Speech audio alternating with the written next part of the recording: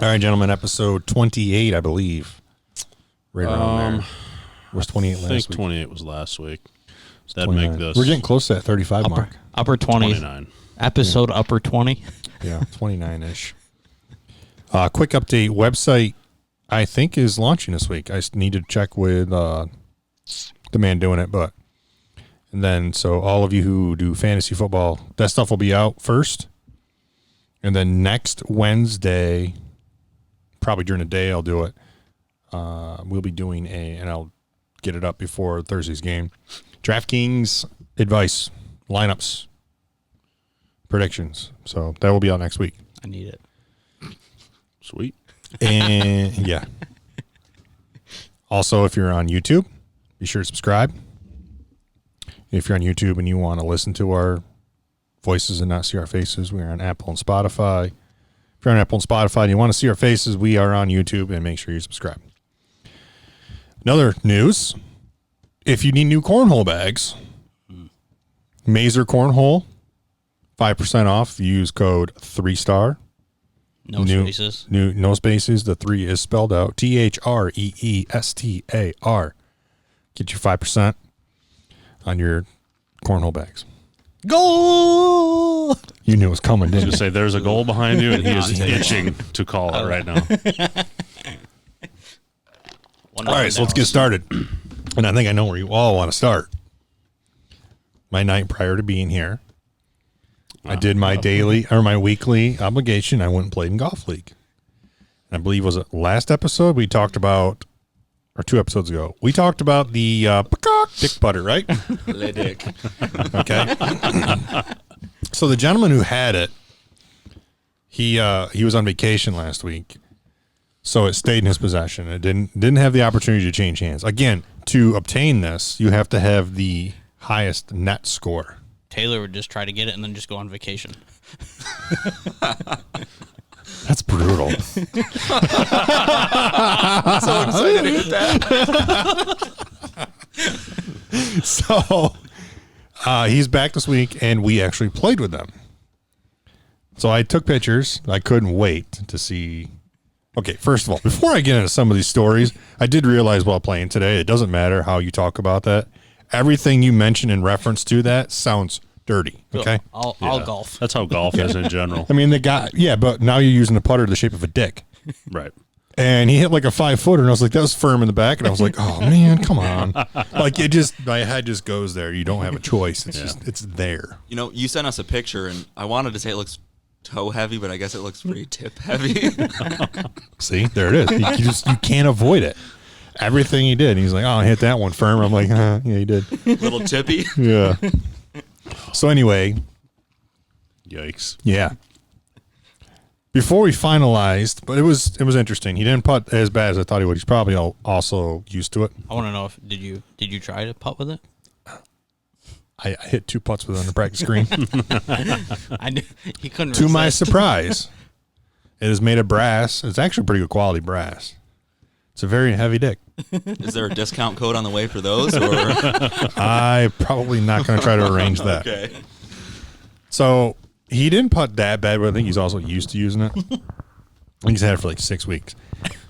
So leaked slow. Probably. So Steve's had this putter for 6 weeks. You have to have the lowest, or if you have the highest net, you get the dick putter, okay? So we started on 17. No, we started on 18 because there's always a backup on the tee. So I played 18 first and came over to play 10. So we played 18 first, went to 10. So our last hole was 17. And at that point, Andy makes bogey. Steve's getting a stroke, and the match is all square. And Steve's putting for par. So even if he makes it or 2 putts, he's getting a stroke, he wins the match anyway. Because we played 18, they tied 18. So it would have put him 1 up, or it would have halved the match or something. It didn't matter either way. He won the hole, it would have the match. So we get in there, and he's like, I had a net 38. Did anybody have anything higher? And Rupert's like, let me go check. And he came out, and he's like, I thought so, but someone had, he had net 39. He goes, nope, someone had net 38. And I was like, wait a minute. technically we gave him that putt on 17 because it didn't matter for the match. So it didn't matter. Give him a 4. I'm giving him the putt. It's league. Who cares? I want to see a whack off. So because there was a tie, this is where the whack off comes in. So I proceeded to go get a beer. Nothing like a good old fashioned whack off. Yeah. Went to get a beer, and they picked a putt. The guy who tied him wasn't there, so they picked somebody they thought was equal value to do it for him. I'm not sure this guy knows that next week, ta-da, you get the dick butter. It's like elementary school flashbacks from dodgeball. Yeah. Like, don't pick me. Yeah. So, Did the guy actually try? yeah, well, here's what irritated me. The guy who subbed for him, I've played behind him 2 weeks in a row. You have to try to play golf that slow. He gets out there for this contest and he like takes one practice stroke, steps over. I'm like, you haven't hit a shot that quick in your life. So this is probably a good like 3/4 putt across the green to a hole. If you roll it off the green because the cup is near the edge, the rule is you either automatically get it, or if you have it, you roll it off the green, you have to keep it. So this guy gets up. And he goes to hit the putt, and he hits it off the tip. He caught the putt off the tip of the dick. And this thing went... You have to use the dick putter Yes, for the whack-off. All right. Yes, that's only fair. Yeah. He hits this thing dead left, and everyone's like, oh. And I'm like, what hole are they going at? Because there was another hole like 6 feet left. And I'm like, why wouldn't they use... Of that other hole. Why would they use a shorter hole? Like, why won't we just... And the guy who currently no longer has it steps up, hits it like 40 feet. I'm like, oh, that's the hole. And he rolled it up there. Ecstatic to no longer have to use the dick butter. But everything was like, yeah, anything you said, it like somehow related to this putter. I mean, we were shaking hands when the match was over, and Andy said, you didn't touch your dick with that hand, did you? Everything related to this whole putter. So if you'd like, remember, I have pictures though. I sent you guys pictures. Yeah. In the video of the whack off. Yeah. I can post the videos to Instagram or something, probably. Hopefully it doesn't get taken down. But if you want to see what a whack off looks like with the dick butter, I got you covered. I'm your guy. Oh my. In addition, the guy who lost, I'm playing next week. So I get 2 weeks in a row with said putter. Are you gonna offer a switch? No. Not a chance. You know how embarrassing it would be if I used it and beat all of them using the dick butter? I wish you had it for Friday. Wait, I just had an idea. Oh boy. He said it and then looked at me, so I'm already out. What if I volunteer to use it and I get to pick my gross score?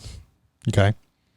My gross score with it, I get to pick anybody whose net is higher than my gross score to get it the following week. They go stand along the wall, just like elementary school. You get a dodgeball and you pick them that way. What do you guys think? That's a good idea. I'll volunteer to use it. It's league. I don't care. Yeah. And then whatever I shoot, if your net is higher than my gross, I get to pick who gets to use the putter. That's a good idea. Should offer that up. I'm going to. You probably got to do it soon, though, right? Because there can't be too many weeks left. Yeah, I'll do it. I maybe do it next week. And he's already playing with the guy with the putter. Yeah, I'm going to play with him, so I'll let Roop know. He can inform them. I like this idea. I don't know why I didn't think of this earlier, but I'll use it.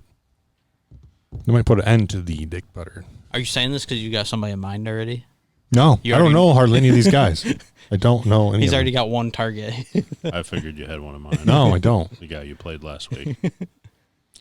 No. No. I probably picked the guy who played in front of me the last 2 weeks.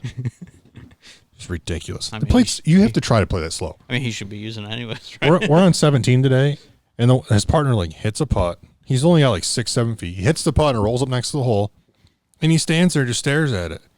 And then he waddles to the hole, and then he just stands there. And nobody's moving. Nobody's saying, like, motioning, like, pick it up. No one's picking the ball. I can see it through my rangefinder. This guy's got like a foot. So from wind must have been howling, from waiting for it to blow in. From 200 yards out, I yelled, "It's good." I gave him the putt. So not to kill the dick putter talk, but it stays on golf. kind of congratulations for you this weekend. You made some good money. I know you didn't win it in the end, but that was a good weekend for you. You and old Dano. It was, it was a win to my book. The entire goal of that is cash. We made more money than everybody, so it's a win. That's what I'm saying. Yeah. He just wanted to hit the button. That's all it was. He's been sitting there like, He's like, what can I bring up so I can hit this button? This guy. So, yeah. I'll putter update next week. I'll see if I can get that in works. I like that idea. All right, we'll move on to real sports. And let's start with hockey. Because you and that TV have been fighting for the last half hour, so I'll let you start with hockey. Your TV was pissing me off over the last hour. Yeah. Yeah, we got Dallas and Colorado playing tonight. They're the only game tonight. Tied at 1. Excuse me. The only real big updates are Tampa Bay has eliminated Boston, so Tampa Bay is moving on to the Eastern Finals. And the Islanders got smoked last night, right? Yep. They did, but they're still up. Bless you. They're still up 3-2 on Philly. And Vegas is up 3-2. Vegas is up 3-2 on. I was thinking there's Vancouver. not. I was thinking there was another elimination, but there wasn't. So Tampa Bay is the only team that's moved on so far. Somebody might have been Pierre Maguire, who I absolutely cannot stand. I mean, I don't know if so for the Eastern Conference Finals, are they going to Edmonton for that? I have no idea. Solid. I just assume they were waiting until maybe they are. Somebody said there's a good chance the East is done. Somebody said Tampa advanced and moves on to Edmonton, which makes me think that they're doing both the East and West in one spot. Western Finals in Edmonton. But I originally thought it was just a Stanley Cup. I would say now would be the time to do it, right? You give them a little bit of a series in the other, not that the ice is the same size. So I think it'd just be easier just to keep them where they're at. Maybe do the Stanley Cup in one spot. Unless they've got certain. Well, they have to do that because you got an Eastern team. They're not going to go bubble to bubble for the 7 games. No. I mean, and I'm sure it's all in Edmonton. I'm guessing it's probably easier to do it now because if they got I'm sure they've got TV deals because the Stanley Cup dates are set already. Yep. So you don't want the other, you don't, if they're playing in Edmonton, you don't want the East to end like 2 days prior and then they got to travel the next day, get there, and then really they don't have a day to like practice or anything. So now might be the time to move them. And the East could potentially end before the West. Yeah, because they don't wait, right? They just go. They just get it done. Yeah, I like that. Yeah, it wouldn't be drastically. All of the 3 series are 3-2. You want to make me a club thrower? Yeah, I'd love to. So I guess there's not as much of a hockey update as I was expecting. Just Tampa Bay's advanced. Before I go to bartending, I was just thinking about this while we're trying to like make conversation about hockey. Is anybody else like feeling sort of burnt out right now? Like with every single sport hitting at once, it's like you need a full-time job to just sit and watch every sport. I mean, you got all the baseball, all the hockey, all the golf, all the everything, basketball when they play. You definitely got to pick like which. I know what you're saying because I felt like that way too. Like as excited as I was for everything to come back, and I was like, oh wow, everything's coming back at once. So They should all just take like no Sunday games. Just give everybody a day away from their reprieve, and then you come back into the bubble again. So I have been watching almost hockey. I've been watching hockey almost every night. I won't say almost every game, but at the NBA, I've watched 0 of that. Baseball, once hockey started, I've just been watching hockey. So I guess my answer is no, only because I've been focused basically strictly on hockey and a little bit of golf on the weekends, even though we've been golfing. So I haven't even watched much of that. So yeah, we got home just in time to watch the tail end of that last week. yeah, so no, not burned out because I'm focusing on hockey, and I can't get burned out on that. I can watch it every day. Got a club thrower coming my way. It's pineapple juice. It'll do. Pineapple juice. Don't like pineapple. He's giving it a sniff. I Looks don't like know what that urine. Was for. I don't know what the sniff was for, but You can give the sniff It's test. been room temp for about 3 weeks, so Three? I guess the vodka will keep it. Thanks, sir. yeah, vodka. There are a lot of trade rumors floating around the NHL now because the teams that are not still playing are allowed to make trades at the moment. today. St. Louis Blues, last year's Stanley Cup champions, dealt their backup goaltender Jake Allen to Montreal for some draft picks, which means Montreal now has like $15 or $16 million tied up in their 2 goalies, which is that's got to get rid of one of them. huge number. I don't think they can. Yeah. Carey Price, who is one of the better goalies in the league, he has one of the biggest contracts in the league too. It's almost big enough and takes him into such a till he's almost 40, to the point where the contract's almost untradeable. say he's probably got another 6 or 7 years left. Make some pot committed, basically. Yeah. Gotcha. But then, if you're that committed, I don't know why you go out and get Jake Allen Right. as a $5 million backup. But Interesting. just me. And clearly that move for me is the Blues are clearing cap space because they have to re-sign their captain, Alex Pietrangelo, who's a free agent. I don't think they want to let him walk. Yeah.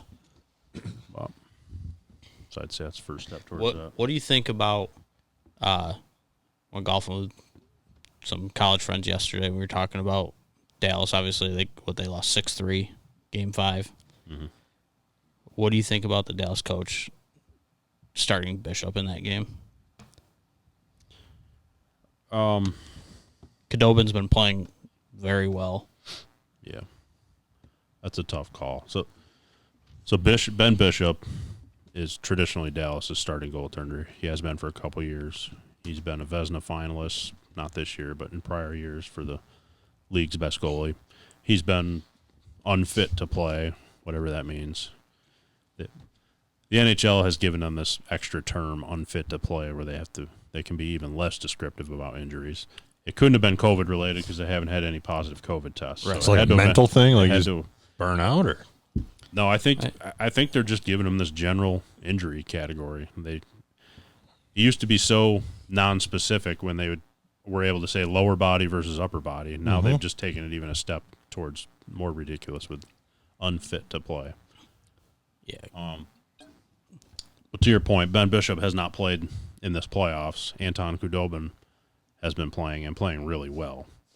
So Bishop last game was able to play. I didn't even see who was playing this. Is it Khudobin's in. Yeah. So Ben Bishop went in and they got walloped. They gave up 5 goals And they in were the first period. not very good goals. I think I would have rode Khudobin while he's playing well. I mean, and as high-powered offense that Colorado has, you don't want to give them a spark. Dallas had a chance to close that series out. Yeah. And now you gave Colorado a spark, and they scored 6. Yep. And now, it's a confidence boost. yeah. Now they're, if they win tonight, then you're going Game 7. So Colorado and Dallas are still going. You got Philly and New York, and you've got Vegas and Vancouver. All of those series were 3-1. They're all 3-2 now, right? So they're all 3-2 now. 3-1 is still a mountain to overcome in hockey, but I would say Colorado has the best chance of doing it. Yeah. And I don't know why you would want to give them any spark by throwing a goalie in there who's going to let in some beach balls. Beach balls. Yeah. Of the 5, I'd say 4 of them were probably like bad goals. We have breaking news, gentlemen. I just got an ESPN alert. This is one of our topics tonight. The Bucs have signed Leonard Fournette. That was my choice. The Bucs. Tampa Bay Buccaneers. You knew it had to be a choice. Yeah. Huh. All right, then. Another weapon down there. Yeah. Sort of. Anyway, we just want to get right into that. Yeah, Like, let's go into it. Don't they already have the ultimate weapon? who's that? Don't say it. I don't want to say it. Oh, Mike Evans. I think he used to play at a number 12, correct? I think he still does. Yeah. He's not an ultimate. We'll talk weapon. football. Let's talk football. So I'll start with Fournette. And he got let go by Jacksonville, which is like, to me, is just part of their dumpster fire of, let's just get rid of everybody who wants the number 1 pick. And they've made it pretty clear when they didn't make any efforts to improve the team in the offseason. I don't think the trade deadline last year. And they got got rid of they got rid of Foles. And they traded All in on Minshew. top and then, defensive line this week as well. Right. So. Yes. And Minshew is, he's had good games and fun to watch, but he's probably not your, he could prove us wrong. He's not your like career, 10-year quarterback on your team. So it's pretty clear they're just lobbying the tank to get a good pick. What I don't agree with is, I mean, Fournette has never. I mean, he had one good year, 2. I'd give him 2, I guess. Yeah. He's always been a problem though in the locker room. Right. He's also been a problem in my fantasy team. That's why I didn't draft him the last 2 years. You heard it here first. So anyway, what I don't agree with is if you're gonna part ways with a guy and you're gonna let him go, just let him go. There's no need to taint his exit, I guess is the best way to put it. But I don't know if you saw Doug Marone's quote. Somewhere here I have it. He made a comment. Yeah, he said we basically said we tried to trade him. We couldn't get anything for him. We couldn't get a 5th. We couldn't get a 6th round pick. It's like, is that really necessary for you to throw that out there to the media, make a comment? Like, well, just make it a standard comment and be like, yeah, we just thought it was time to move on, but for not. So I'm always curious, like, how those negotiations really go, because if you go to a team and be like, hey, will you give us a 5th for this guy? That team knows if you don't give it to him, sooner or later they're probably releasing him. You know what I mean? He's going to be free soon. That would be my guess. I mean, if you go to them and say, hey, we want a 3rd, and then they come back and say, hey, we'll give you a 5th, then you'll take it. But if you just start the negotiation, how about a 5th? Yeah. I mean, at that point, I'm thinking you don't want him anyways. And everybody, the entire league knows that he's been a problem in the locker room, and they haven't gotten along. So they said it wasn't performance-based. That was what the running back coach or offensive coordinator said this week. Is that as bad as your agent tweeting a picture of you with a sword through your back? No. Not quite as bad. No. I mean, now they're starting running back as Divine Ozigbo. So when I was trying to think of, like, where's some landing spots for Fournette? Who needs a running back? And I was like, the Jaguars. Yeah. But Tampa was on that list. Washington needs that was probably my top landing. A couple others I saw was Chicago and New England. Yeah, New England's weird, though, because I could see New England because they go through running backs like underwear. They have like 4 or 5 guys in their roster for running backs. Way more than changing my underwear. What do you got? That was good. I like it. But yeah, I mean, it's whatever. I don't think Fournette ever lived up to the hype. No, he was good, and maybe Jacksonville could have been the problem. It could have been the problem. He could go to Tampa. He can go to Tampon Bay and blossom. Who knows? They never really had a passing game, right? So, and it might help. I think I'm going to break a few hearts here with these Tampa Bay fans. You can have Brady. He had his worst year ever last year. And you can have Gronk. I don't think Gronk's going to see the playing time everyone thinks. Why? Oh, I'm so glad you asked. I'll get right into that. They have 3 tight ends on their roster, and one of them they paid a boatload of money. Am I correct? At the end of last year or beginning of this year? I wouldn't call it a boatload, but good money for a tight end. A decent amount. Not George Kittle money, but it's right. You paid a guy enough money that you're probably going to play him. Right. Don't you think the chemistry plays into it, though? I think he's there more to mentor. I think he's going to see time, but I don't think you're going to see. Yeah, and you're not going to see Gronk from New England dominate. And they've only got 2 receivers, so you can go 2 tight end. So it's not probably more of a blocking tight end. He's still going to see time, but I don't think he's going to see the volume of catches and targets. He can't. I don't think he can go over the middle anymore. Well, it's going to be so obvious of when he comes on the field. Oh, he's a great decoy too. That's true. But you get where I'm going with that too. Is it's like it's kind of played out. You're gonna really stick him out there and try and throw to him over and over and over. I believe he lost quite a bit of weight.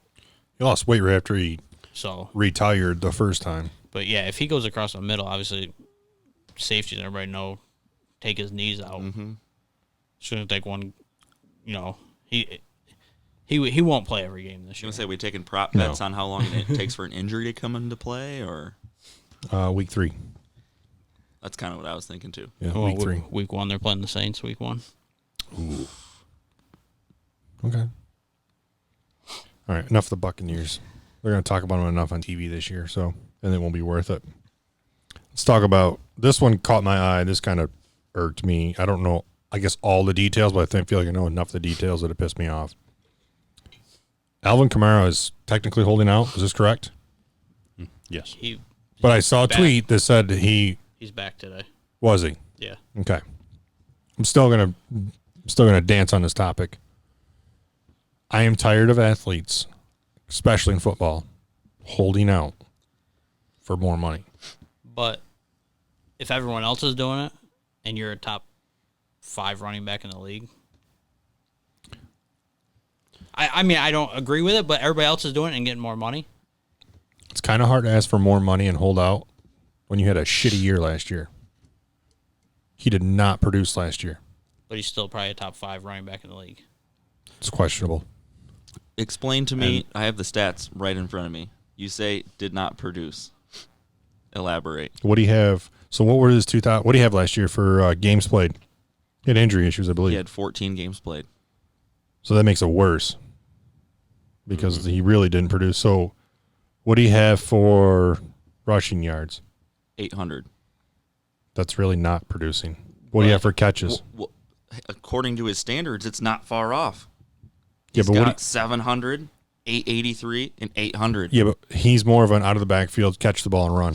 Okay, well, I guess I see where you're going because with the rushing touchdowns, he went 8 the first year, 14, only 5 last year. But then when we go to receiving production, he had 700 in 2018 and 533 in 2019. How many catches did he have? 81 both seasons. He didn't have a great year last year. And I think anybody that... I see what you're saying, but it seems you've only got 16 games. It only takes a couple of plays where you bobble a ball or a couple of plays where you get the safety has already moved in on you and they squish your yardages and you don't make a good run. I'm basing a lot of mine off from... I know last year in football season we did a lot of daily fantasy. The guy never produced. I feel like he was never he was never like a top running back for the week. So McCaffrey's worth the money then, you say? Yeah. Kamara has more touchdowns and more yards per rush than McCaffrey. Yeah, but how many touches is McCaffrey getting? Over what time span? Since they've been in the league. They came in the same time. He had 97 targets last year. So you're taking... What did McCaffrey have? I'm still taking You're taking McCaffrey, but Kamara over Kamara's McCaffrey? asking for less money than McCaffrey I got. heard he wanted McCaffrey money. So I read he wants less than McCaffrey got.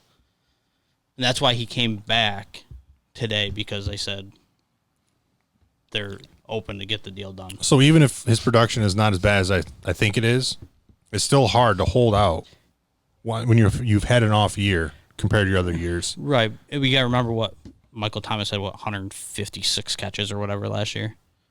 Yeah, That takes away a lot of touches. I see Yeah, where you're that's- going. I don't know if it holds up when you look at just raw statistics. I think if you were to look at the games and watch the play, maybe it would hold up because there were opportunities. But then when you look at it on paper, it might not look as good, if that makes sense. It's just like you can watch, like if we take it to golf, which we're all the most familiar with, you can watch a really good-looking 72 and a really bad 72. Right. Right? I mean, I think that's the way that this shapes up too, where his stats might not be as bad as you thought they were. I just feel like he wasn't worth it. I didn't feel like he did enough last year to warrant I'm going to hold out. So what's the comparison to McCaffrey? I'm confused there because So since they've been in the league, Kamara has more touchdowns and more yards per rush than McCaffrey. I don't like the yards per rush. So I would have to look at their whole career stats to Right. And McCaffrey's digest definitely that. obviously got the more receiving Because- yards and stuff because he had 100 and some catches 2 years ago. So that could be McCaffrey having a slow rookie year where he got into the game and got 4 touches.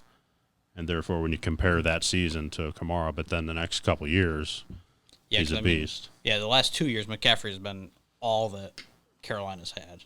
Yes. So Yeah. So I don't love that stat when they wrap in their rookie years when you don't know. I always think football stats they're great. Every stat's good, but it's so hard when you got 16 games to work with. You wake up on a Sunday, you feel a little bit off, and they hand you the football 7 times in the game. That might screw up the rest of the way your season looks. You know what I mean? It's like It's not like even baseball this season. It's the most squished up season they've ever had. They've got 60 games to work with. You're going to have some on days and some off days. It's not 16. Because you look at McCaffrey's rookie year, he only had 117 rushing attempts and 435 yards, which that's a rookie year, right? You take it or leave it. The next year he had 2 yards shy of 1,100, and then last year he had almost 1,400 yards. Nice. So if you take their rookie years out to when they're the full-time starter, those numbers are probably big time in McCaffrey's favor. And that year over year, that forecasting of what he's going to do is important too. Right. Does that have total touches in it? Well, you can obviously add rushes and So I have together. stats right here. I'm just curious what their touches are. So last year, McCaffrey had 1,387 rush yards, 15 rush touchdowns. He was thrown at 142 times, had 116 catches, had over 1,000 yards receiving with 4 receiving touchdowns. Yeah. And then Kamara had, based on those same stats, see, I just don't even have him right here. So Kamara played 2 less games. He only had 171 rushing attempts compared to the 287 that McCaffrey had. So probably what you're saying is the touches is like he's in the rookie year. And then rushing yards, he had 797. And touchdowns, he had 5 compared to McCaffrey's 15. He was only thrown at 97 times compared to 142, and he had 81 catches for 533. He almost had 500 less receiving yards last year. So when you're comparing that, because that's where the quote or the statement I read was he was looking for McCaffrey money. You're saying there was something. Yeah, you saw something where he said he wanted less. Yeah, said he was asking for less. So I'm going to sound like a broken record here, but ignoring all stats, the guy, he's going into his 4th year on his contract, his rookie contract. You still have a contract that you signed. Yes, that's where I'm going with him. He's scheduled to make a little over $2 million this year. It's not like he's making chump change. Like, just shut up and play out the last year of your contract. And if you think you're worth more, go out and have a monster year. And then if you want to hold out next year when you're a free agent, then do that. So be it. I agree, but I think that everyone else is doing it, so why don't I hold out and get more money? Yeah. If it's working for everybody else. Because we don't have owners with balls, that's why. Well, right. It's going to take one owner to say. It comes back to the owners or the GMs. If they would just say, we're not giving you the money, okay, hold out, we're not paying you more. This is the other problem, this is where the players' union, it holds too much power, in my opinion. Yeah. Because they'll hold out and the players' union will back them up on this. And every time you see it, and obviously Le'Veon got less than. I have his name written down here too. But with his contract, he held out and got a decent amount and hasn't done anything with the Jets. Right. Yeah. But and now whenever I hear Le'Veon Bell's name because of that whole situation, I think he's a privileged asshole. Right. And I have a very tarnished view of him. Yeah. Correct. And I think I think Kamara's holding out, but I think he would have ended up playing this year. Obviously, Le'Veon was totally different. He's like, I'm just not playing at all. Yeah. Well, you still had a date you had to report. You have a contract for over $2 million, and you didn't show up. Tell you what, they can hold out all they want. You guys want to hold out? We'll do that. And then GMs can go in and renegotiate contracts, give them the money they think they deserve.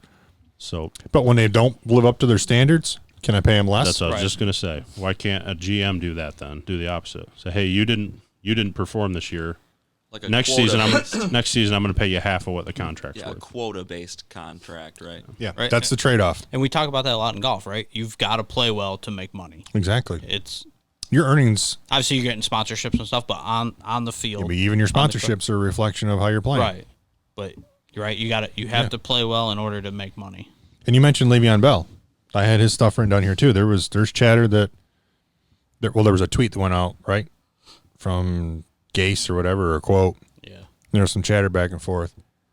And like you said, that guy's got no room to talk. You have not lived up to the pedestal you put yourself on to try to get this giant contract. And the rumor is he looks like shit right now in camp. Yeah. And when you sign a 4-year deal and after a year, they were trying to get him out of there in the middle of last year. It's a deadline. Which is weird. Yeah, they were. And he actually, his best production was the second half of the year. I would love to know, and obviously we talk about this all the time. We'll never know. I would love to know what other teams gave him contracts and why did you choose the Jets? What made you, was it because you thought Darnold was going to be the man, and I'm making the assumption the Jets offered him the most money because you were the asshole that held out for money. All he cared about was money, not football.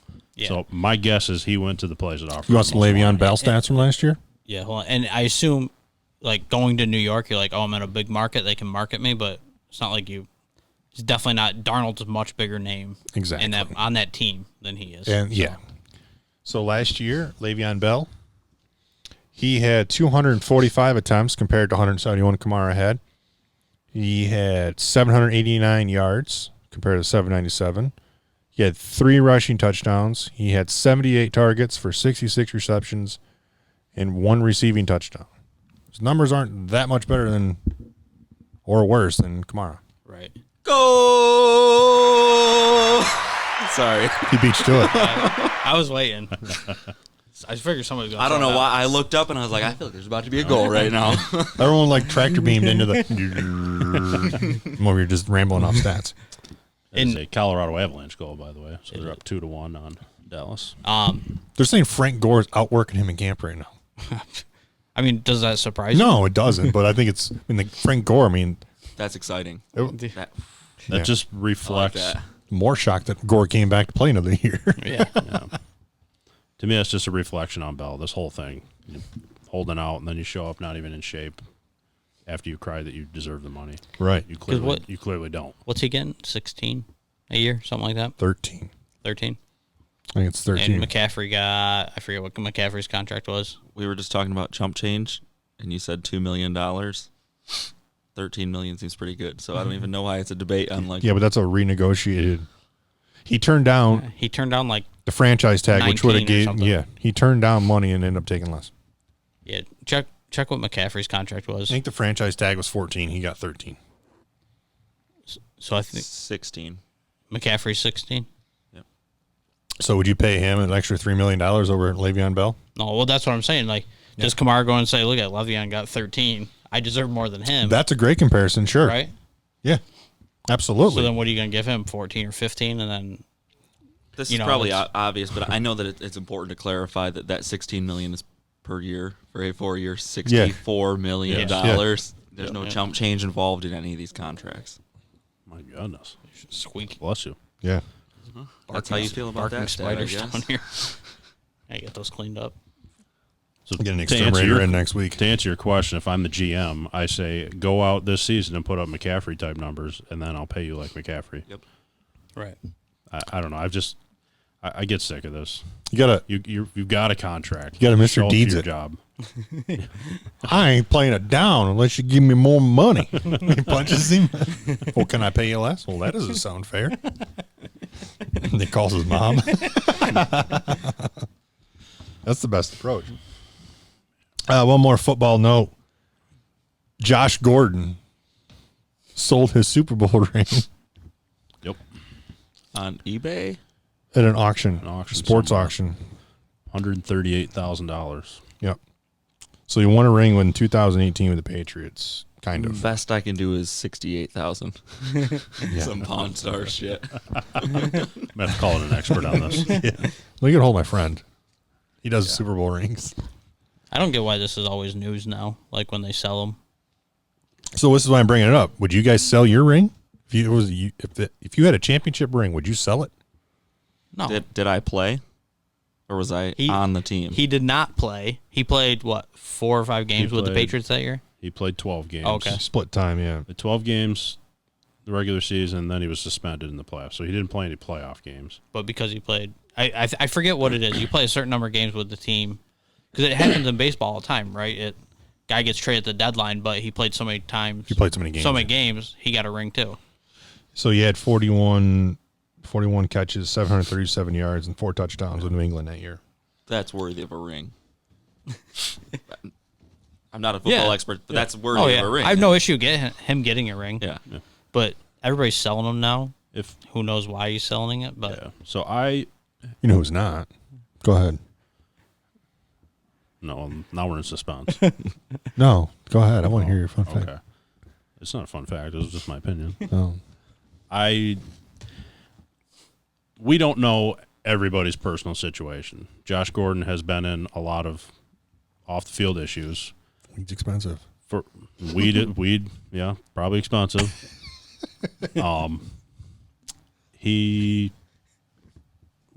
We don't know about. Any comments there, Taylor? No. Okay. His off the field issues are noted. For all we know, he's had so many legal bills and things of that nature that we see these guys that make a good chunk of money, and he may not have a lot of it left.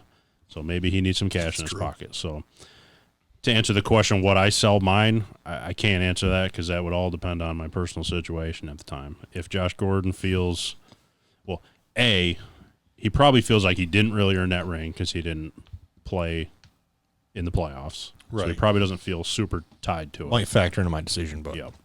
And he, quite frankly, might just be in a situation where the money is more valuable to him than the actual ring. So I'm not going to judge somebody for selling one of these rings. Right, and even though you have the ring or you don't have it, you're still a Super Bowl winner. Yes. I have a hot take here, I think. Is he married? to marijuana. Yeah, I don't To think a female? Mary Jane. Okay, perfect. My hot take was, would the Super Bowl ring be worth it? You guys keep calling me daddy. I'm at the bar, and I'm wearing a Super Bowl ring. It's worth more than money. It's worth more. Did you buy a Super Bowl ring? yeah. No, but I might be in the market. Which you're saying you'd use your Super Bowl ring for leverage and advantage, which is Okay, exactly. don't call it advantage. That makes it sound bad. Almost worse than dick putter talk. Andy Reid said he's only going to wear his to special occasions or if he wants a free cheeseburger. That sounds accurate.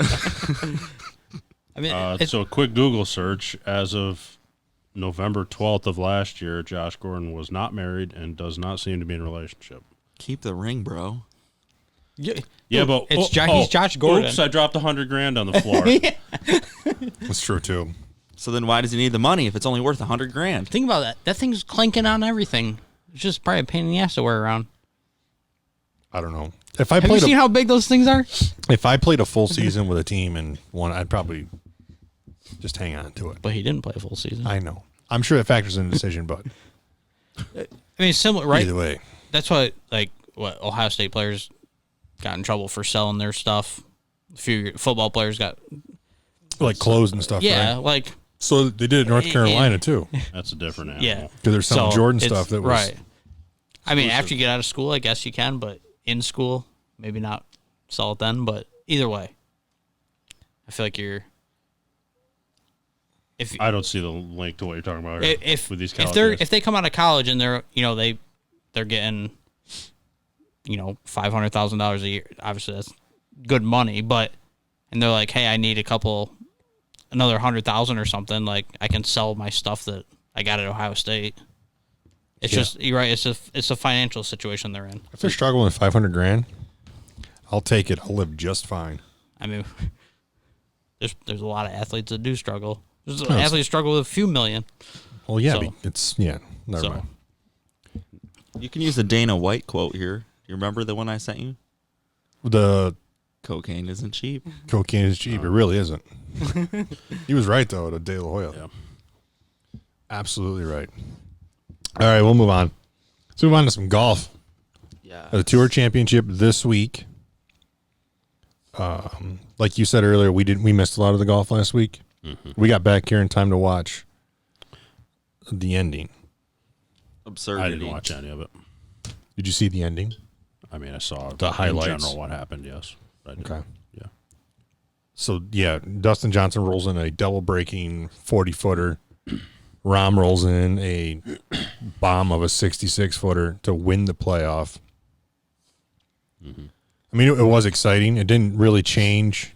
It didn't change at all. Didn't change anything for the impact of this week, I don't think. Right.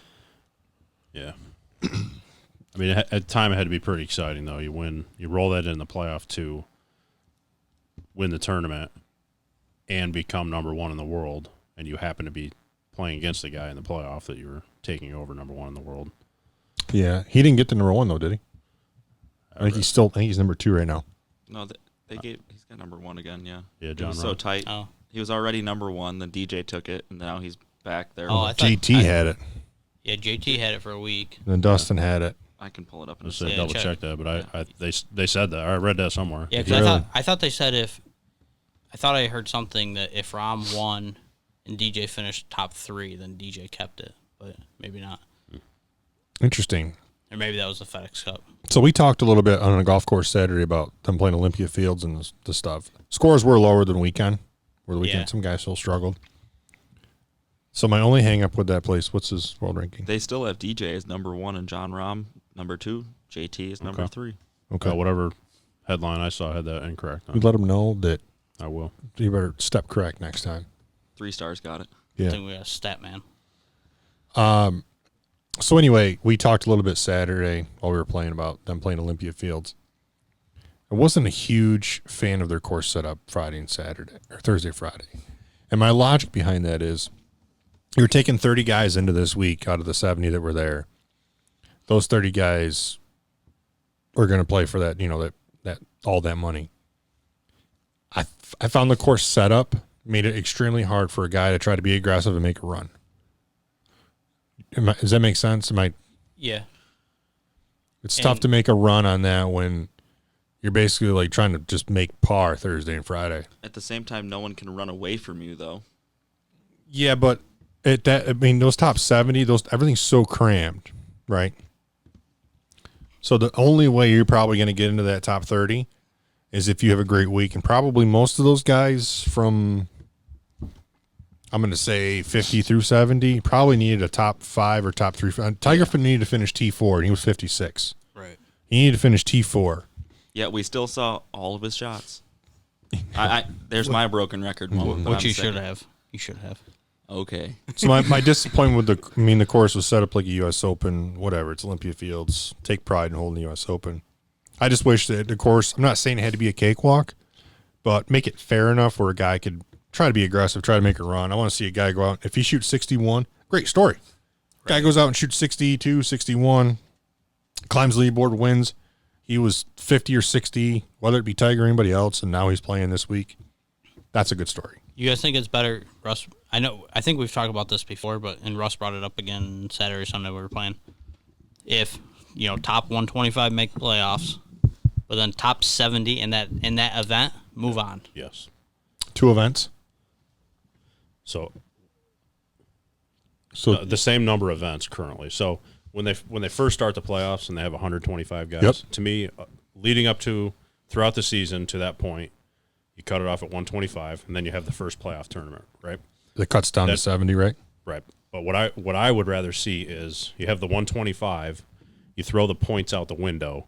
In that tournament, whoever finishes top 70 in that tournament advances. Ooh. I see how And that then works, yeah. the next tournament, you have 70 guys.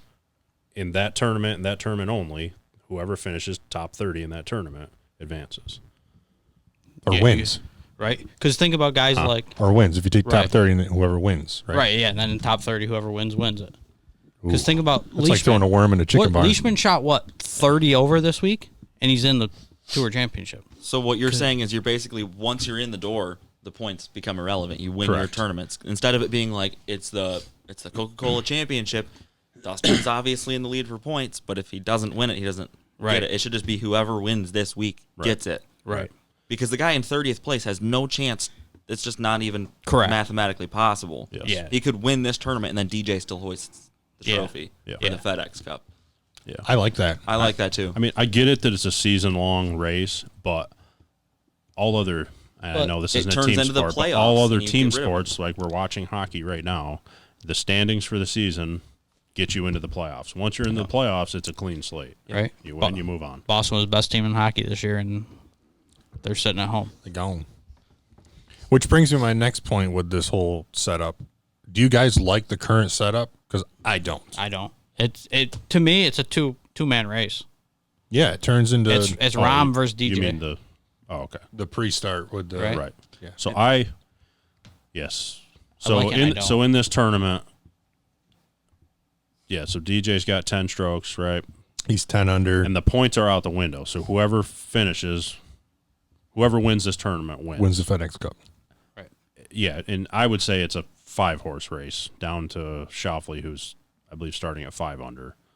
So in my opinion, yeah, there's only 5 guys that realistically can win. And no, I do not like it. I don't either. And for the simple fact of, like you just said, I get it's a season-long thing. Okay, well, if that's season-long, then that's the FedEx Cup.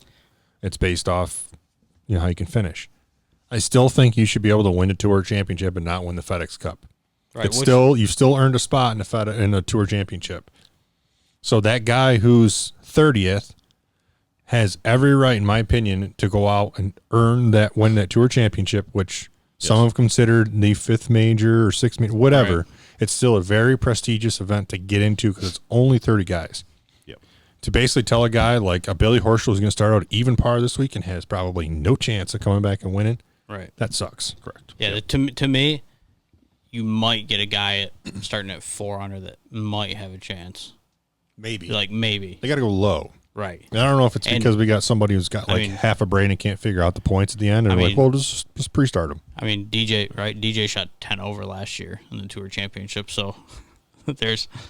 Yeah. He also started I think he started 2 under. So he's probably thinking same thing. I have no chance to get up there. So I'm just going to be aggressive if I don't play well. He probably still made $200,000 that weekend. And not that matters for him, but everyone who makes the Tour Championship, they all get into the 4 majors the next year. So there's a lot of award getting to get to that 30. If you get to that top 30. And did they bump that because they changed the? No, it's always been like that. If you make Tour Championship, you're in all 4 majors. I just think it's stupid. I just don't. I think it did the unpopular opinion. I don't even think it counts as. It's definitely not the 5th major. If you're going to call it a 5th major, it's the players. It's maybe the 6th, but it's such a weird format that it's just one of those tournaments they've always talked about. Do you consider it a major? Because you get someone that's a journeyman that plays 30 tournaments a year. I mean, he plays every one he's eligible for. He's just racking up points. Then if Tiger plays 15, he doesn't play that well. He might not have that good of a chance to get into it. Is that really you calling that a major when the guys that might have not made an effort thinking about the championship at the end? I mean, it's not NASCAR where every race counts and everybody's at every race. Mm-hmm. You pick the tournaments you're playing, and if you're not picking the ones that have the points, you might not be thinking about that because you want the green jacket or you want the U.S. Open. You might not be there for the championship because you had other plans and can you count it as a major? No. It'll always be an argument with some people, but no, my personal opinion, absolutely not. Neither is Sawgrass. You'd have to retro. I give it a half. Yeah, it's still a prestigious event. You've got one of the best fields, but is it a major? Right. Probably not. Before we get too far from the DJ and Rahm thing, when we were watching it on your couch, I wrote this note down immediately because they congratulations, Jon Rahm, on his 5th win. He's 25 years old. And they said, Jon Rahm has acknowledged his past emotional shortcomings and has quickly overcame them. I don't know when that was, but it struck me. Turnaround. Yeah, it really struck me. So I said, do you not recall 2 weeks ago when he yelled at a cameraman and then walked across the green to block his camera shot? Stood with his arms across his chest right in front of the camera so they couldn't get a shot of the people putting out. Would you call that I did not being see past that. your past emotional? I missed that. I didn't see that one. I believe that was the PGA Championship. He did it at the PGA. I believe so, if not the week after. But yes, he most certainly did that. Would you call that personal growth? Well, he didn't throw a tantrum. He just crossed his arms. After he did yell at the camera guy, it was like, "Why are you moving while I'm about to hit?" Well, in a Spanish accent, but yeah. Well, most of those cameras don't really move. Bryson. Huh. Hey. No, I had not seen that. I'm gonna look that up. I agree with everything you're saying, but I did not see that scenario. So yeah, I'm lobbying. Change the Tour Championship back. Let the top 30 guys. Like what? 3 years ago, whatever you want to call it. 3 years. The year Tiger won it. Yeah. Like him and Rose were Rose had to. I believe he had to birdie 18. If not, Tiger would have won the whole thing.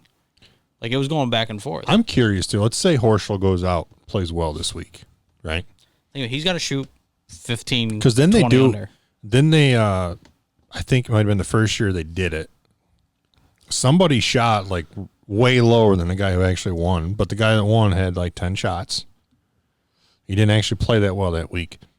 I'm curious. I'm going to try to look this up after the Tour Championship this weekend. I'm curious of what these guys shoot each day and where it actually would have put them, as opposed to them getting pre-listed or basically. I could not. I was trying to look to compare, obviously, this year to last year because Rory won it last year. I was trying to compare, and I could not find what they started at. I didn't do a ton of research. I spent 3-4 minutes looking, but it didn't I wish it said it because I think Rory finished 18 under, but I don't know where he was even going into the week. I don't know if he was leading the FedEx Cup at that point. So did he get 10? I don't know what. I would be willing to bet he was top 3, 4. Right. So I'd be curious where because I was trying to figure out who made the biggest jump last year, where they finished. My homework this week. I will get back to you guys next week. I will tell you who actually won the tournament based on what they shot. That's my goal. And do some little experiment. I'm guessing you could. I was trying to look and they post the scores. Yeah. I was trying to look on my phone and I couldn't get through the. Yeah. All I could see was the 4th round score. So Rory shot 4 under round 4. So that's all I knew. Tiger does have the record, 23 under in the Tour Championship. Yeah, in 2007, he shot 28 on the front 9. Yeah. That boy didn't have to look that one up. Is that good? It's that okay. good. Wait, what's par again? It's okay. So while we're talking about poor policies, poor setups, I want to talk about last week. One of you guys' stars was Sophia Popov. Was it you? I think it was him. So I'm not sure if you read this story yet. I'm just going to preface this by saying to me, in my opinion, it's absolutely embarrassing for the LPGA Tour. Mm-hmm. A tour that is struggling to, one, get sponsorships, to get money into tournaments. A tour that has cut events, one being locally right here because they were not getting the money they did. They don't get the TV time. They don't get the attention. My theory on all this, too, is part of the reason is the LPGA Tour, this is nothing against women, they get their superstar leaves. Annika left. You had Lorena Ochoa, who decided I'm just going to walk away from the game because I'm going to have a family, I'm going to start, I'm going to have kids. And so I think women's lives go a different direction than men. So the LPGA has lost some of their stars over the last couple of years or few years. So that's part of the reason I think they don't have that star per se. So the most attention, in my opinion, this tour has gotten in the last few years was Sophia and the great story of her going out. A month ago, she was caddying, and now she's winning the Open Championship. And her assumption was if you win the Open, you get 5-year exemption on the LPGA Tour. Do you know the story yet? I think I know where you're going with this, yeah. So if you win the major, you get the 5 years.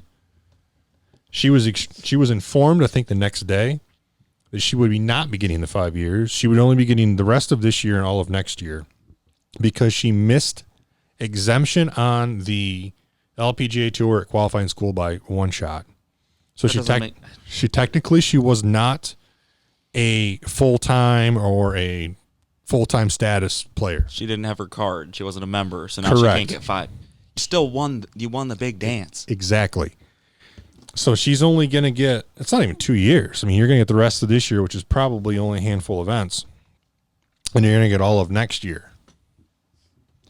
It's not the first time, though. So For men or women? For women, it's not the first time. Right. This is the 4th time it's happened that a non-member has won, and they've only, 2 of them took the 2 years. One of them just turned it down, said, I don't even want it. Like it was a slap in the face? Or? Yeah, so Kind of is. Hinako Shibuno won the Women's Open. And then 2 other people. One person won the 2015 U.S. Open, and one won the 2014 Evian Championship. And they both got the 2 years. Instead of the 5. Right. So it's not like it was a new thing just for her. No. It's always been it's always a rule. There was a magnifying glass on it this time. Right. Or the first time But you can't. But if you give her the 5 years, are you going to go back and give those other girls? I'm saying you got to go 3 more back, years? but you need to take a serious look at your policy. Yeah, it doesn't mean a policy can't change over time. Right. to me, it's utter bullshit is what it is. Yeah. Then you quit dangling that carrot in front of players for winning a major if you're not going to honor it. Yeah. It's tough enough out there to go out and, try to get any status at all. And you just brought up a great example, the U.S. Open, quote unquote open. People can go out and try to qualify for that. Yeah. People try to qualify for that, to try to get in and win it or to make money. But the dream is they're like, holy shit, what if I go win the U.S. Open? 5 years. My life just changed. But now you're like, well, technically you're not a member. And then I heard a comment from Robert Dameron on Golf Channel that you have to protect the players who got status. Protect them from what? She just flat out, she just won. She earned that. If you can't win it through Q School, then let's take the men, for example. You have no status, right? You go out and you win a tournament. Now what do you have? 2 years. Do you think they tried to do that to Francis Ouimet back in the 1920s when he lived across the street and he had a 10-year-old caddy for him? Right. No. Francis Ouimet, an amateur that won the United States Open. He stayed an amateur, though. But do you think that at that point they said, well, I don't know if it works for our ratings or whatever this decision might be for Popov? No. They gave him what they would have given everybody else. Why are you just making an exception? I don't understand why there's an exception because you're not technically a full-time member. In my opinion, you just earn member status if that's what you're really worried about. You can't. I'm not saying you got to go back and retro it, but you sure as hell need to change it. It's embarrassing. Your tour is struggling as it is right now. Right. You got really shitty leadership. Really shitty leadership. They got a new commissioner who's supposedly better, but the reason they don't have as many terms as they do now is because they had even a shittier commissioner back in like 2010. When did they stop coming here? Before then. It was before. Yeah, it was like I'd say 8. it's probably been 12, 13 years. Yeah, and the reason it was is because they thought they had all this leverage, and they were going to tour stops. The commissioner was meeting with their, the tour's stops board of directors or tournament committees, and requesting ridiculous money. Ridiculous money. It's just poor leadership. And your tour's struggling, and you turn around, and you basically slap this girl in the face. Right, and I don't think, obviously, Michelle Wee's not really playing much. I think, I might be wrong, Lexi Thompson might.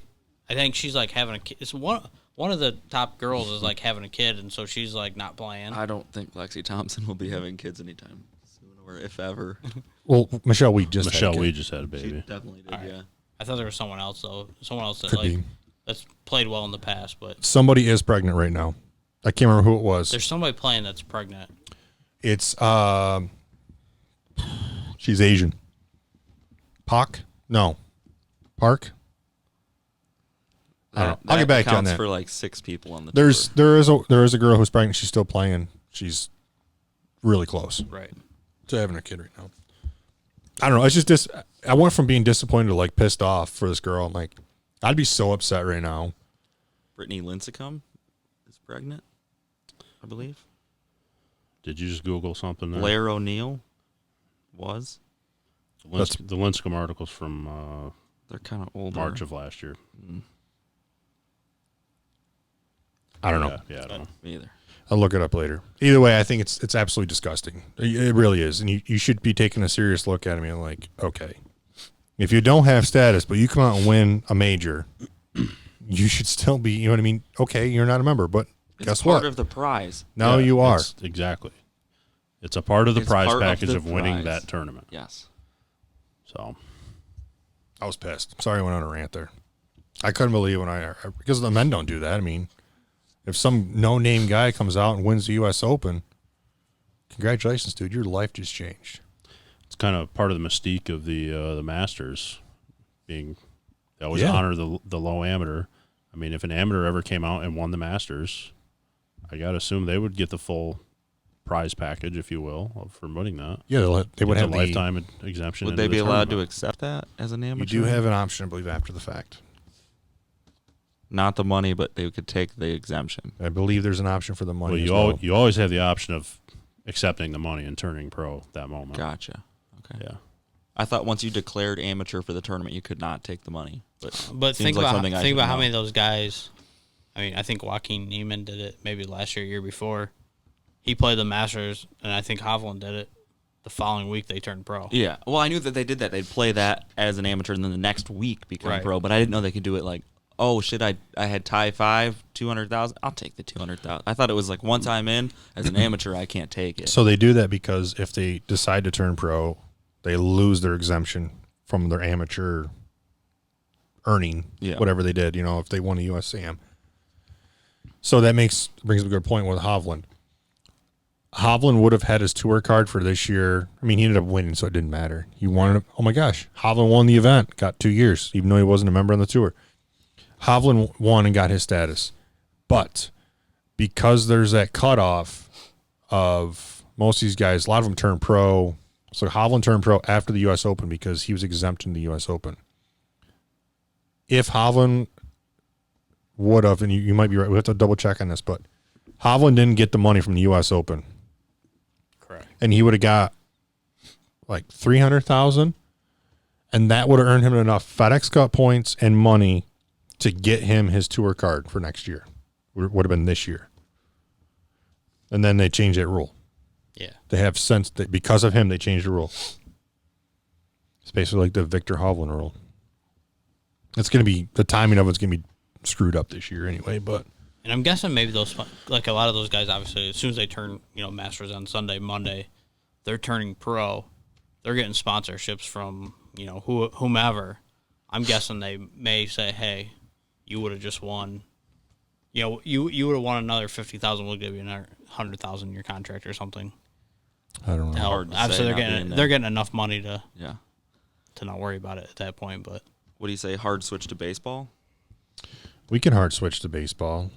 Hard switch to Gabe Landeskog just got sliced by a skate there. Yeah, he did. Did you see that? Yeah, that was.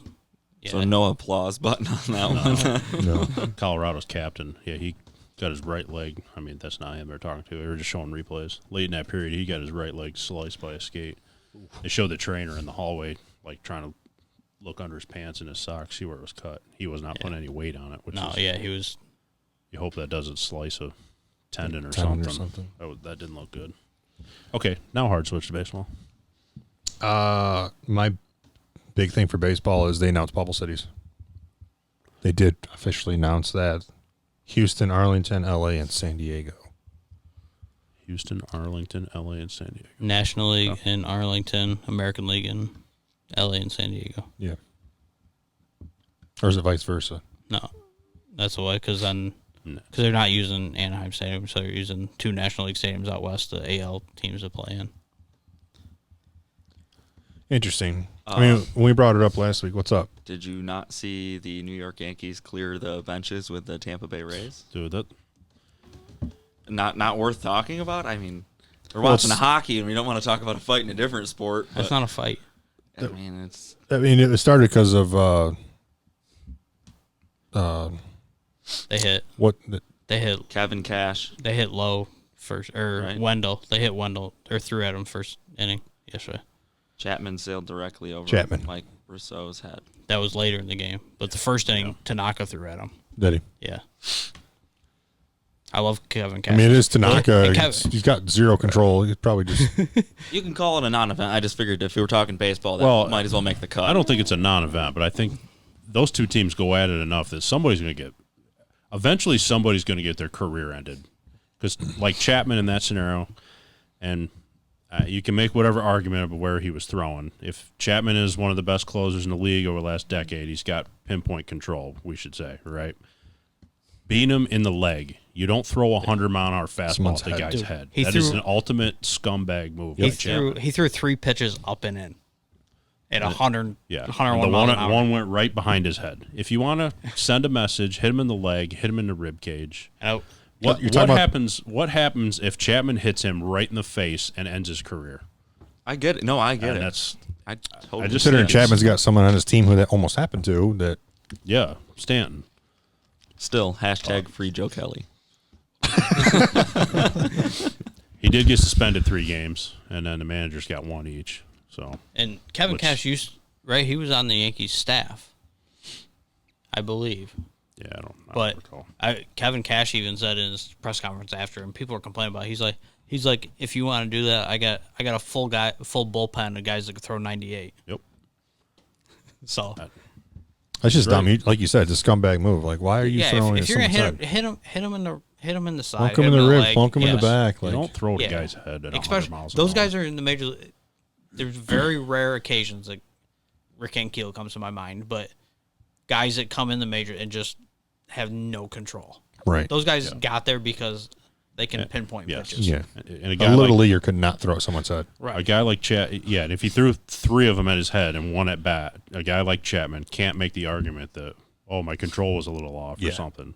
Well, given the scenario and you threw 3 at his head, you were trying to do that. And if they're, and you could say, hey, I was throwing a breaking ball, like it moved more than, but when you throw 3 fastballs, yeah.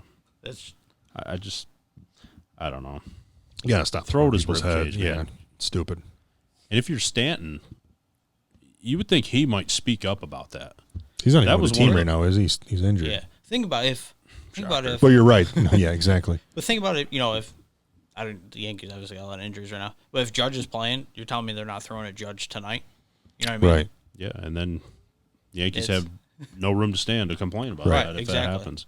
Right. But yeah, I just can't imagine Stanton sitting there knowing what he went through. That was one of the ugliest hit by pitches I've ever seen. And they had to take him off on a stretcher, and his face was, have you ever seen that? That happened in Milwaukee. And I'm gonna make sure to watch it. That's for sure. But how can Fastball to you? the jaw. I mean, if he's hurt, I guess maybe he wasn't there. But how could you sit on the bench knowing you went through that and then watch your pitcher purposely throw 3 pitches at a guy's head? I don't see how you can do that without speaking up. Or you're just as big a scumbag as That goes back to Chapman, then. you need a 40-hour-a-week job of watching sports to see everything that happens lately. It's just too much. yeah. To NBA, real quick. Yeah. They got nothing. I don't want to talk about LeBron. Can I at least? It's not There it LeBron. I is. got one quick thing. If we can talk Sure. about that. Yeah, go ahead. Clippers Mavs game. You guys see that at all, or any of the games? I've not watched We any had NBA. Marcus Morris fouls Maverick. Yeah. Lila Doncic, right? Luka Doncic. Yeah. Morris gets ejected. And they call it a foul. It was obviously a foul, but then the ejection seemed kind of overkill. It was more like basketball to me. Almost seems like soccer at this point, where there starts to be a flopping? foul and they flop, and then you get an ejection. When it was like they said he hit him in the face, and it What was the looked more like ejection? Was arm it something he flail. said? They called it So, a flagrant, and then they just gave him an ejection. So, so I haven't watched any of these games, but unfortunately on social media, it's hard to ignore some of this stuff. The thing is, the game prior to that, they were under the rim.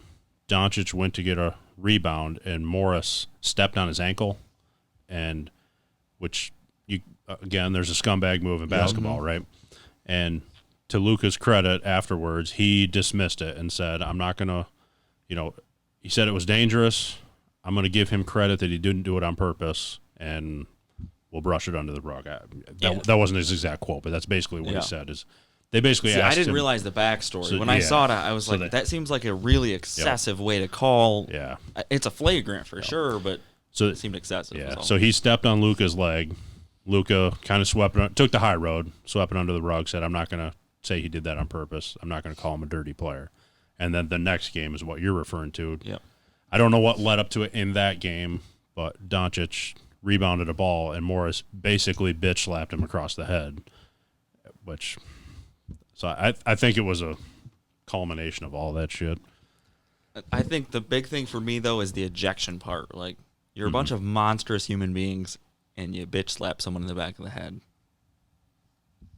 Is that worthy of Childish. ejection? Right, but Well, in a well- sport where you're not supposed to be fighting, and yeah, well, and I don't know. It just I- seems like they've taken it so much further and further with the But- fouls, where it's like, yeah, but I feel let like 'em play. refs have been criticized so much for not calling technicals and stuff.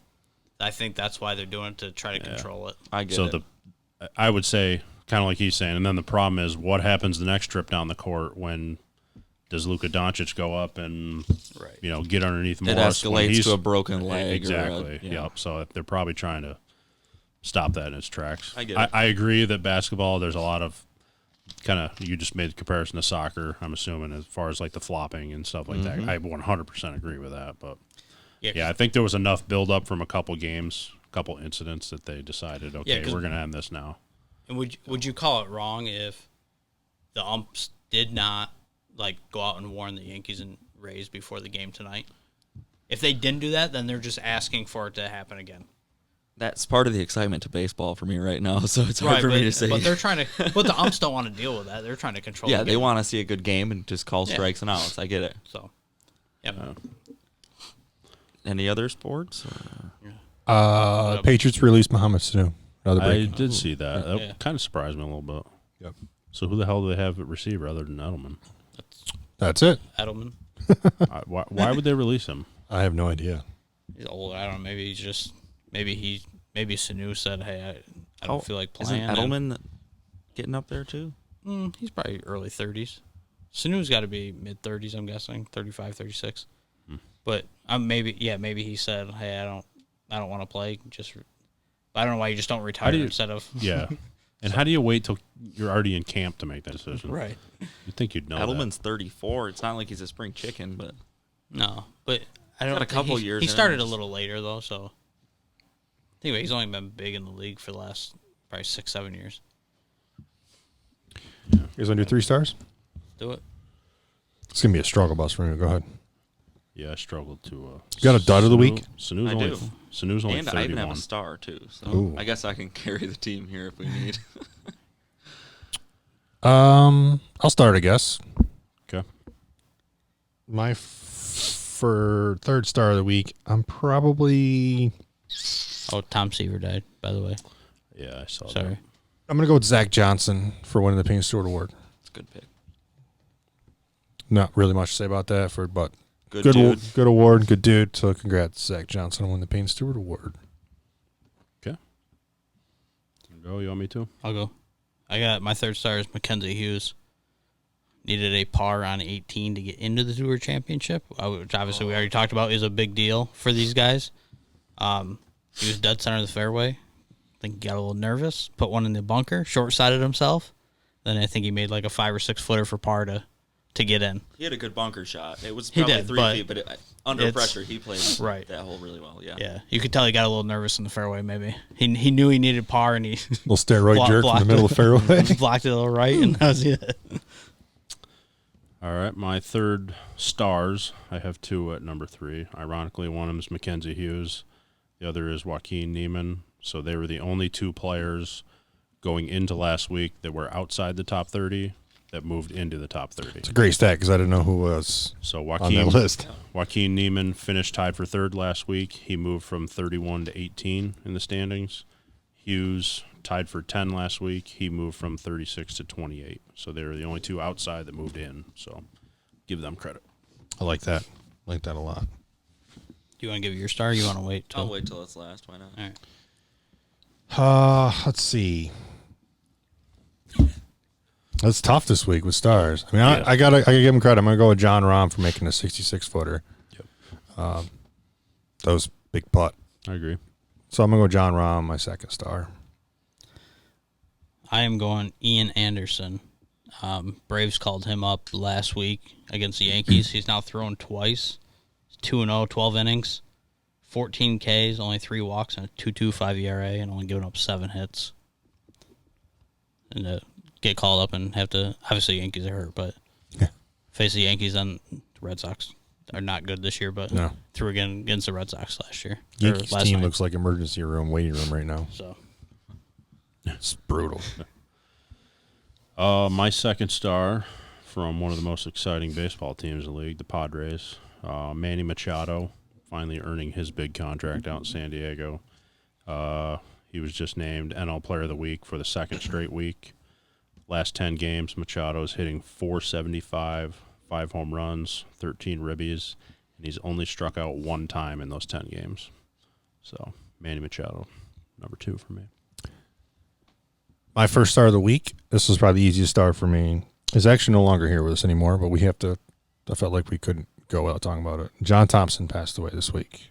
John Thompson was probably one of, not the best, but probably one of the best basketball coaches of all time in college at Georgetown. Yep. John played for the Celtics in 64 through 66, earning rings in 2 of those years. Coached from Georgetown from 92 to 99.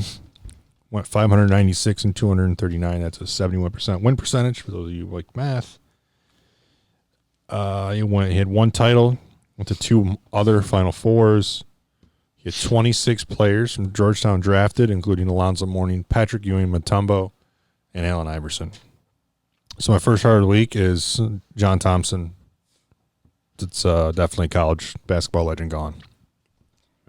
That's a good list, too, of players there. 26 guys, yeah. I mean, Allen Iverson, I don't know if you guys followed him.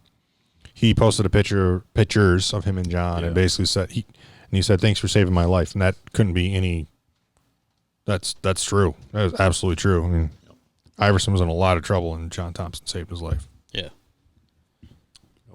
I like it. My first stars, I should say, have a 1 and a 1A, are Alex Dickerson and Marcell Ozuna. Both hit 3 home runs last night.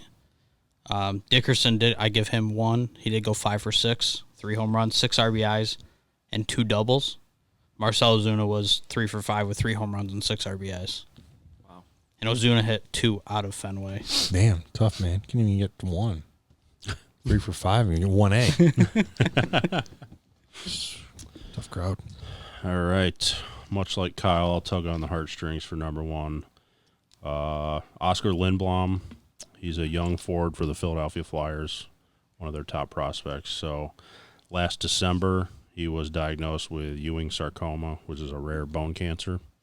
So at the time, they figured it effectively ended his season. So he left the team to do cancer treatments. He completed those treatments in July. Been working on getting his strength up and getting back to things then. So he has joined the Flyers in the bubble, gone through the COVID testing and whatnot. And this past Sunday, which would be August 30th for Game 4, he actually dressed and skated in the pregame warm-ups. He didn't play in the game, but to me that was a giant step towards coming back. So sweet. He's beat the cancer, and he's very close to actually playing in a game now. So I like it. Give him a shout-out for that. Nice. So now that you guys have given your stars, I'm going to call an audible. I have 2 quick stars. They both, to me, are number 1 stars. Omaha. Omaha, that's right. The first one, I'll call him the 1B, is Dustin Johnson, because we still have money riding on a bet here. Yeah. DJ played really well. I mean, to make it with that double, I call it a triple breaker. It looked like it broke a little left at the hole. Impressive. It went in. It went in.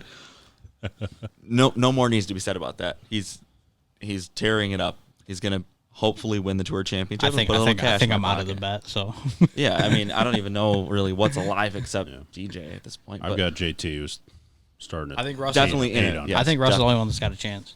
But my actual star is Brendan Lawler. I don't know if you guys saw this story, but he's the first disabled person to ever compete on the European Tour. They call it a disability, but it doesn't. I see where they're going with it. He's a little person, I guess you'd call it. Okay. Watching him hit it, it's amazing. He's got a swing just like anybody else, and he plays better than anybody else. Star of the week. I don't know how you can test that as a star of the week. I mean, you may have just said it. Where's he playing? What European Tour? European Tour. Okay. Yeah. Not easier than anything else. He's Irish, right? I believe so. Yes. Okay. Yeah, I did see them interviewing him this past week on TV. It's exciting. That's cool. I'd like to see him make a run. I mean, open it up. But you don't want to only see the one group of people. Yeah, it's really exciting. So then my dud of the week. I like it. Go! That was a hell of a pass from McKinnon. I pumped McKinnon's tires a few weeks ago, dude. He's been rolling better since you put air in his tires. He has. He's tearing up my DraftKings lineup too. So by far leading the NHL in points in the playoffs. He is so impressive. Sorry not to. It's time for the dud of the week. Which, right. by the way, I sent you guys a picture. Somebody likes the dud of the week. That's why I'm so excited about it, because not only do I have one, but I think it's going to get you going. Oh boy. My dud of the week is not one person, but people in general here. People who drive their golf cart where they shouldn't is the dud of the week. I'll give a little quick story. We're getting down to the round of golf, and we're all sitting around having a quick These guys beer might. or Were you guys two. still there? yeah, we were I actually was, waiting. yes. We wish you were there on Sunday as well, because that happened when you were still on the course. Dude, it's happened where was there. Kyle? That was a question posed. Where's Kyle? I mean, because it happened a few weeks ago when we were there. Someone did. I'm like, It what's happens going on? incessantly. When we're sitting around watching, having a beer, and people, instead of parking their cart ahead of the green and walking 20 steps onto the green, they drive their cart right up next to the green, which, all right, I get that part. You get back into the cart, and where do they go? Between the rough and the green, across the fringe. Across the fringe. And working in golf, you expect every year you're going to have at least one mishap with a cart. It's going to be a drunk person drives it off a cliff or into a pond or whatever. But this seems to have been the season of cart mishaps. I mean, from June, how about the first guy? week of June, we had someone dump one in a pond, and now every time we play, you see someone having a mishap with a cart. I think that's because of the season of COVID. Yeah. We've had a lot of new people picking up the sport that don't understand the etiquette and things of that nature. I think that's somewhat the explanation for that. It is, because that was the cart in the pond incident. Yeah. I am familiar with people who know the guy who did that Sunday or Saturday, and it's just a pure of he knows better, he's just an asshole. That's what I've been told. My biggest qualm is you want to see golf courses be nice. You and I have this conversation frequently in the early part of the season. If you want to see a golf course be nice, what do you not do to the spots you want to hit golf balls on? Right. You don't drive a golf cart. When there's no golf carts, the fairways are nice. That's why. Why are you driving it up against the green, onto the mounds, whatever it is that's defending the green? You're going to drive a golf cart there. Yep. There's going to be no rough, and it's going to be hard pan. Yeah. That's why we said early this spring when our course was members only, due to COVID, it was and members walking only. And there were not carts allowed. It was the best shape we'd ever seen the course because it had a chance early spring, a little bit of rain, some sunshine, and no carts on the course.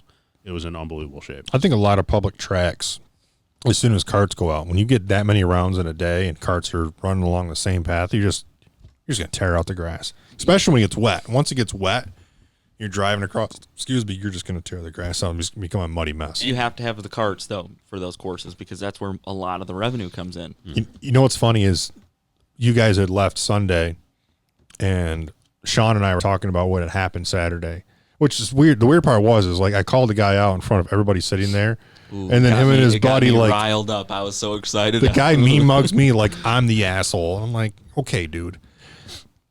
I was talking to him. He goes, you know what's funny is, he goes, it happens here all the time because Sean plays it all the time. He goes, it happens all the time here.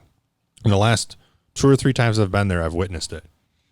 But he said the guys that are doing that, he goes, I can tell you 5 or 10 of them are off the top of my head. Those same guys that feel like they need to drive their cart that close had no problem walking 18 holes when there wasn't carts involved. Earlier this year when they couldn't ride in a cart, they had no problem going on. They'd go walk 18 holes.